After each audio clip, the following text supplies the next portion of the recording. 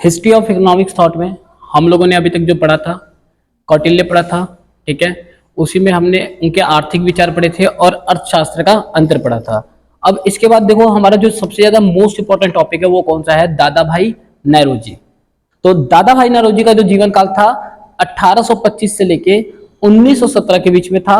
जो दादा भाई नौरोजी थे वह स्वशासन के प्रणाली के समर्थक थे कि हमारे देश में अन्य किसी देश का कोई भी संविधान लागू ना हो, कोई भी उनका राजतंत्र ना लागू हो, हमारे देश में क्या है सिर्फ हमारे ही देश का राजतंत्र होना चाहिए, ठीक है। अगर बात करते हैं दादा भाई नौरोजी का, तो इनका जन्म 4 सितंबर 1825 को मुंबई में हुआ था, ठीक है। इनका परिवार था वो बहुत ही थोड़ा गरीब था, ठीक है। उनके पिताजी का नाम पालन जी डोडी नौरोजी था, ठीक है, जो कि एक पारसी थे और पंडित में आते थे, ठीक है। बचपन से दादा भाई नौरोजी बहुत ही बुद्धिमान थे। दादा भाई नौरोजी का विवाह 11 वर्ष की आयु में गुलबाई के साथ हो गया था। उस समय उनकी उम्र कितनी थी, 7 वर्ष की थी, ठीक है। अब इसके बाद हम लोग बात करें तो जब इन्होंने अपनी शिक्षा ग्रहण करनी शुरू की थी तब इनकी जो एक प्रोफेसर थे बाल गंगाधर शास्त्री, उन्होंने ही दादा भाई नौरोजी का चयन किया था आगे की पढ़ाई के लिए, ठीक है, जिसमें कुल 11 छात्र होते थे। उन 11 छात्रों में ही दादा भाई नौरोजी का जो चयन किया गया था इनके प्रोफेसर बाल गंगाधर शास्त्री के द्वारा किया गया था। इसके अलावा इनके एक और प्रोफेसर थे, उनका क्या नाम था, ओलेवा, ठीक है। हाँ, वो इनको क्या कह के बुलाते थे, भारत की आशा कहते थे। क्या कहते थे, भारत की आशा कहते थे। और उनका ये कथन भी एकदम सिद्ध साबित हुआ क्योंकि दादा भाई नौरोजी गणित शास्त्र के प्रथम भारतीय प्रोफेसर रहे, इसलिए उनकी ये भविष्यवाणी भी सत्य हुई।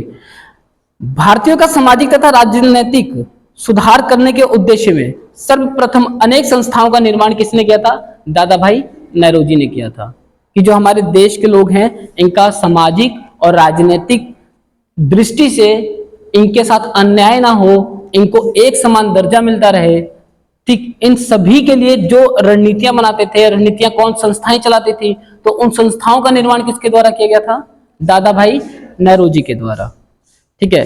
देखिए दादा भाई नौरोजी इंग्लैंड में प्रथम भारतीय ऐसे थे जो वहां के लोकसभा के सदस्य चुने गए थे। सोचिए इंग्लैंड के लोकसभा में सदस्य चुनना, और वो भी पहले भारतीय का, वो उनका नाम क्या था, दादा भाई नौरोजी था, ठीक है। समझ आ रहा है बेटा। वे राजकीय आयोग के भी प्रथम भारतीय सदस्य चुने गए थे। राजकीय आयोग का क्या मतलब होता है, राजकीय आयोग, राजकीय और राजकीय आयोग, बाकी लोग कमेंट कर सकते हैं राजकीय आयोग का अर्थ क्या है, ठीक है। और भी देख रहे हो, सर्च कर रहे हो, करो करो, ठीक है। दादा भाई नौरोजी ना बड़ौदा राज्य के दीवान तथा मुंबई के नगर पालिका के सदस्य भी रहे थे। बड़ौदा में दीवान और मुंबई में नगर पालिका के सदस्य भी रहे थे। दादा भाई नौरोजी पहले भारतीय थे जिनको भारतीयों के लिए स्वशासन की मांग करना अच्छा लगा था। पहले ऐसे भारतीय थे जो अपने ही देश के लोगों के लिए क्या करते थे, स्वशासन की मांग करते थे कि हमें वो अधिकार, वो कानून चाहिए, वो संविधान चाहिए जो हमारे ही देश का हो, हमारे देश में किसी अन्य देश का संविधान नहीं होना चाहिए। ये उनकी सबसे पहली इच्छा थी, उन्होंने ही सबसे पहले इसकी मांग की थी, ठीक है। गांधी जी का नाम सुना है आप लोगों ने, गांधी जी दादा भाई नौरोजी के शिष्य थे। गांधी जी किसके शिष्य थे, दादा भाई नौरोजी के। और दादा भाई नौरोजी के जितने भी सिद्धांत थे ना उनका पालन कौन करता था, गांधी जी करते थे। गांधी जी के आर्थिक विचार अभी हम लोग पढ़ेंगे ना, तो गांधी जी के आर्थिक विचारों में भी क्या है, हमें दादा भाई नौरोजी के लक्षण या दृष्टिकोण हमें दिखाई देंगे, ठीक है। इंग्लैंड में दादा भाई नौरोजी द्वारा एक पुस्तक लिखी गई थी जो प्रकाशित की गई इंग्लैंड में, poverty and un British rule in India, ठीक है। गरीबी और un British rule in India का क्या अर्थ होगा, जो ब्रिटिशर्स जो इंडिया में आए हुए हैं वो चले जाएं। Un British rule in India India जो हो उसमें ब्रिटिशर्स ना हो। चलिए अच्छे से सर्च करके कमेंट कीजिएगा। ठीक है, बहुत अच्छा लगेगा आप लोगों को भी। ठीक है, अब poverty and un British rule in India में जो ब्रिटिश रूल द्वारा भारत में जो संविधान या नियम कानून बनाए गए थे उनकी जो कठोरता थी उसकी बहुत ही ज्यादा इन्होंने आलोचना की थी। वो इसके मतलब बिल्कुल विरुद्ध में थे। सोचिए, जब आप अपने ही देश के उत्पादन पर निजी रूप से टैक्स देंगे या उनकी चुंगी देंगे तो वो देश आपका हुआ कैसे? फिर आप वहां के आजाद नागरिक नहीं हुए। जब आप अपने ही घर में अपने लिए कोई काम करेंगे और उस काम को करने के लिए भी आपको चुंगी देना पड़ेगा, टैक्स देना पड़ेगा, लगान देना पड़ेगा, पानी पीने के लिए भी आपको लगान देना पड़े, आप ऐसी जगह पर रह रहे हैं, तो वो कठोरता नहीं है। तो उसकी उन्होंने पूरी तरह से आलोचना की थी। ठीक है, क्योंकि देखिए ब्रिटिश रूल था वो ज्यादातर भारतीयों पे हुकूमत करने के लिए था, गुलाम बनाने के लिए था। तो कोई भी व्यक्ति जन्म से गुलाम नहीं होता है, नहीं होता है।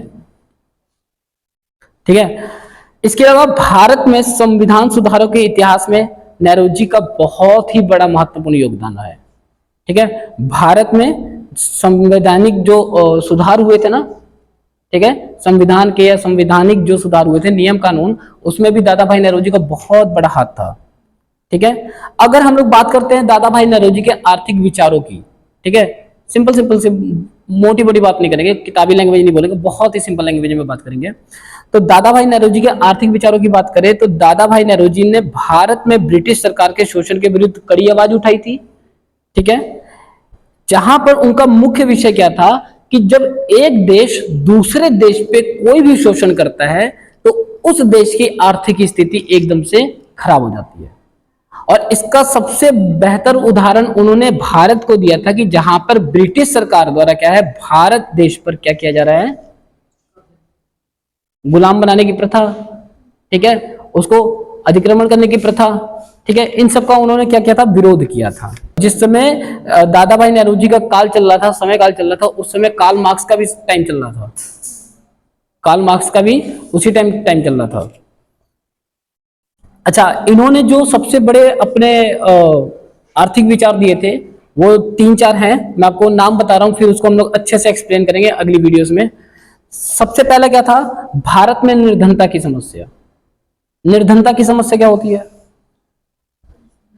गरीबी।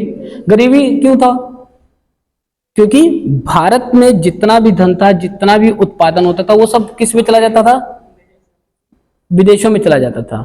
ठीक है, अब जो विदेशों में भारत का जितना भी धन और संपत्ति जा रही थी, उन्होंने इस प्रक्रिया को एक थ्योरी का नाम दे दिया जिसको क्या कहा जाता है, ड्रेन थ्योरी कहा जाता है।